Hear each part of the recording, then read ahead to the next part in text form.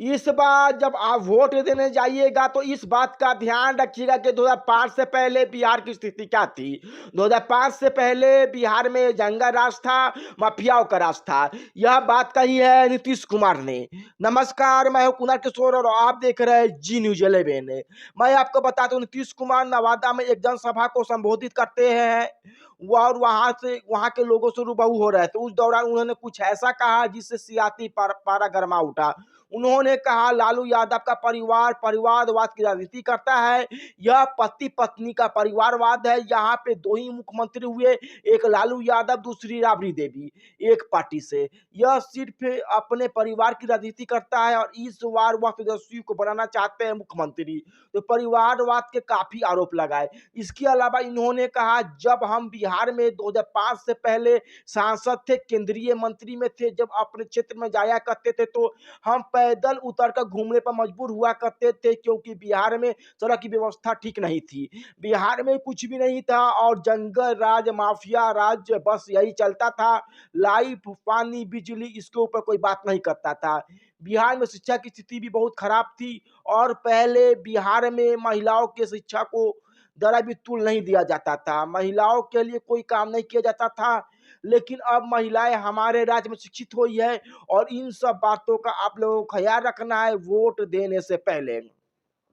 यह बात है नवादा की, जब वो जनसभा को संबोधित कर रहे थे अपने प्रसाती बीजेपी प्रसाती के लिए, अपने गठबंधन के प्रसाती के लिए वोट इकट्ठा कर रहे, जिसमें वो तेजस्वी पे, उनके पार्टी पे, लालू प्रसाद यादव पर खूब जमकर निशाना साधा। उन्होंने बताया कि किस तरह की स्थिति बना सकी है तेजस्वी की पार्टी ने यहाँ बिहार में।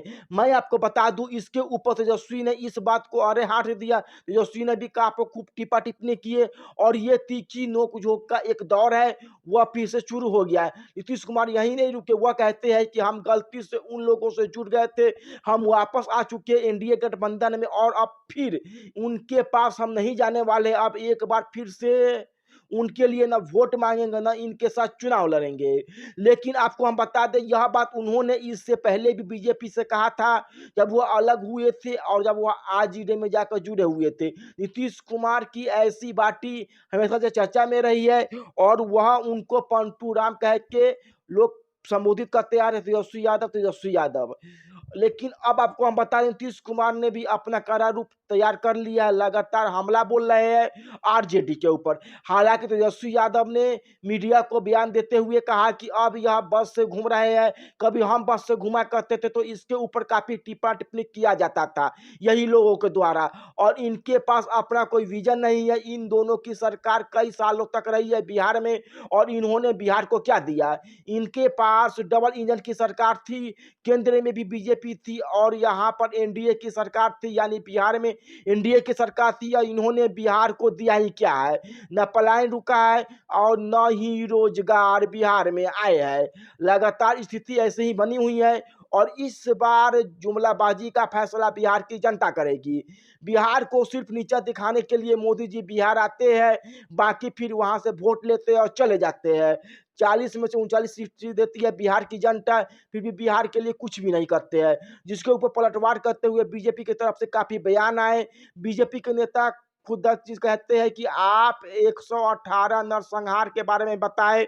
आप यह बताएं 2005 से पहले बिहार की स्थिति क्या थी? जंगल और माफिया का राज था, उसी के राजकुमार है तेजस्वी यादव। इसी के ऊपर गिरिराज सिंह कहते हैं कि इनके डीएनए में ही दंगा राज है और इनसे कुछ खास उम्मीद नहीं की जा सकती है। उसके बाद यही बात दोहराते नजर आते हैं जेडीयू के नेता, वो भी हिसाब मांग रहे हैं 2005 से पहले का और वह बोल रहे हैं यादव आप हमसे हिसाब मांग रहे हैं, इससे पहले आप अपने पिता के करतूतों का हिसाब दे दीजिए। आप वह बताइए, वह 118 नरसंहारों के बारे में आप बताइए, अपने शासन और कुशासन के बारे में। इसके ऊपर आप क्या सोचते हैं? आप अपना राय जरूर दें कमेंट सेक्शन में कमेंट करके। बाकी नमस्कार, मैं कुणाल किशोर और आप देख रहे हैं जी न्यूज़। यूट्यूब पर देख रहे यूट्यूब